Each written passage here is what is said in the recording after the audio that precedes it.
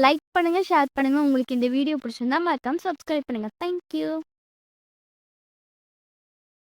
ஆரியன் அறையில் மர்மமான வரைபடத்தையும் திசைகாட்டியும் கண்டுபிடித்த மறுநாள் காலையில் அவனால் சும்மா உட்கார முடியவில்லை. வெளியே பறவைகளின் சத்தத்தைக் கேட்டான். அவன் சுருண்ட வரைபடத்தை தன் பையில் திணித்து திசைகாட்டியை மெதுவாக தன் பாக்கெட்டில் வைத்தான். ப்ரூனோ அவன் அருகில் நின்றான். அவனது பஞ்சு போன்ற வாளை ஆட்டி தானும் தயாராக இருப்பதை அவனுக்கு உணர்த்தினான். ஆரியன் கொல்லைப்புறத்திற்குள் நுழைந்தவுடன் காற்று வேகமாக வீசத் தொடங்கியது. ஆரியன் நினைவில் வைத்திருந்ததை விட கொல்லைப்புறம் பெரியதாக இருந்தது. வளர்ந்த வேலிகள் காட்டு வடிவங்களாக சுருண்டு விரிசல் அடைந்த கல் பாதையின் வழியாக தெரிந்தது. வரைபடத்தில் ஒரு காலத்தில் பூத்த பச்சை பாதை என்பதின் அர்த்தம் இதுதான் என்று நான் நினைக்கிறேன் என்று ஆரியன் முணுமுணுத்தான். காகிதத்தில் ஒரு கோட்டை வரைந்தான்.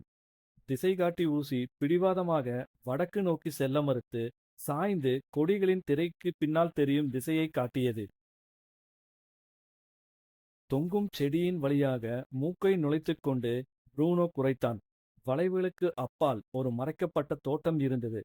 மரங்கள் விளிம்புகளைச் சுற்றி அமைதியான காவலாளிகளைப் போல நின்றன. பழங்கால ரோஜா புதர்கள் இப்போதும் காட்டுத்தனமாக இருந்தாலும் இன்னும் பூக்களை வழங்கின. ஆரியன் உயரமான புல்களைத் தள்ளி தரையை வருடினான். அவன் கண்கள் அசாதாரணமான ஒன்றைக் கண்டுபிடித்தது.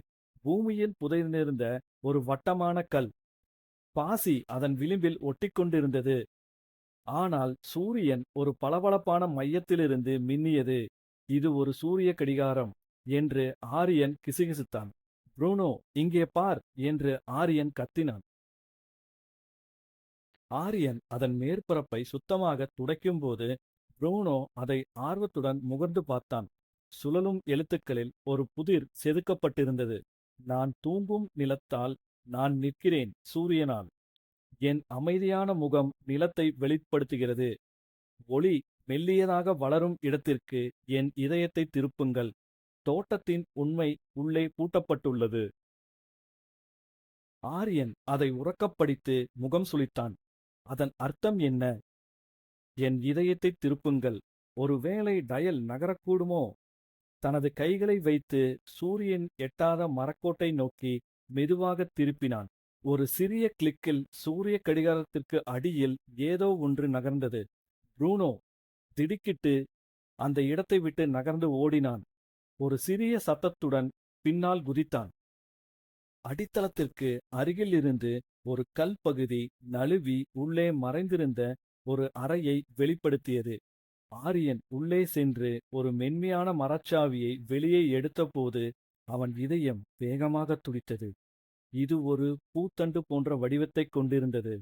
அதனுடன் இறுக்கமாக மடிக்கப்பட்ட ஒரு காகித துண்டு இருந்தது. அவன் அதை மெதுவாக விரித்தான். அதன் உள்ளே ஒரு கவிதை எழுதப்பட்டிருந்தது. சூரிய ஒளி மறைந்து மௌனம் பேசும் போது உயரமான பைன் மரம் சத்தமிடும் பாடலை பின்தொடருங்கள். காணப்படாத பாதையின் வாயில் உள்ளது. கனவுகள் இருக்கும் விளிம்பிற்கு அப்பால். ப்ரூனோ மெதுவாக சினுங்கி அருகில் அமர்ந்திருந்தான். அவனது சூடான ரோமம் ஆரியனின் பக்கவாட்டில் தொட்டது. விஸ்பிரிங் பைன்ஸ். பல வருடங்களுக்கு முன்பு அவன் தாத்தா அவற்றைப் பற்றி பேசுவதை அவன் கேட்டிருந்தான். வேலிக்கு அப்பால் ஒரு காட்டுப்பகுதி. காற்று மரங்களுடன் பேசுவதைப் போல் ஒலிக்கச் செய்தது. இது எப்போதும் அவனைக் கொஞ்சம் பயமுறுத்தியது. ஆனால் இப்போது அவன் மரச்சாவியை மீண்டும் பார்த்தான். இது ஏதோ ஒரு காரணத்திற்காக மறைக்கப்பட்டிருந்தது ப்ரூனோ. யாரோ ஒருவர் நாம் இதை கண்டுபிடிக்க வேண்டும் என்று நினைக்கிறார். ப்ரூனோ ஒருமுறை குரைத்தான். அப்படியானால் நாம் எதற்காக காத்திருக்கிறோம் என்று சொல்வதைப் போல. அவர்களுக்கு மேலே இருந்த வானம் ஆழமான முடிவுற்ற நீல நிறத்தில் இருந்தது. ஆரியன் சாவியையும் கவிதையையும் பாதுகாப்பாக தனது பையில் வைத்தான். அவன் எழுந்து நின்று முழங்காலில் இருந்த மண்ணைத் துடைத்தான். சூரிய கடிகாரம் பின்னால் இருந்தது. காடு முன்னால் இருந்தது. சாகசம் இப்போதுதான் தொடங்கியது. ஆரியன், வா ப்ரூனோ, ஒரு கை பார்த்து விடுவோம் என்று அவன் தோட்டத்தின் கடைசி முனையை நோக்கி அடியெடுத்து வைத்தான். பைன் மரங்கள் என்ன ரகசியம் பேசுகின்றன என்று நாம் கண்டுபிடிப்போம் என்றான்.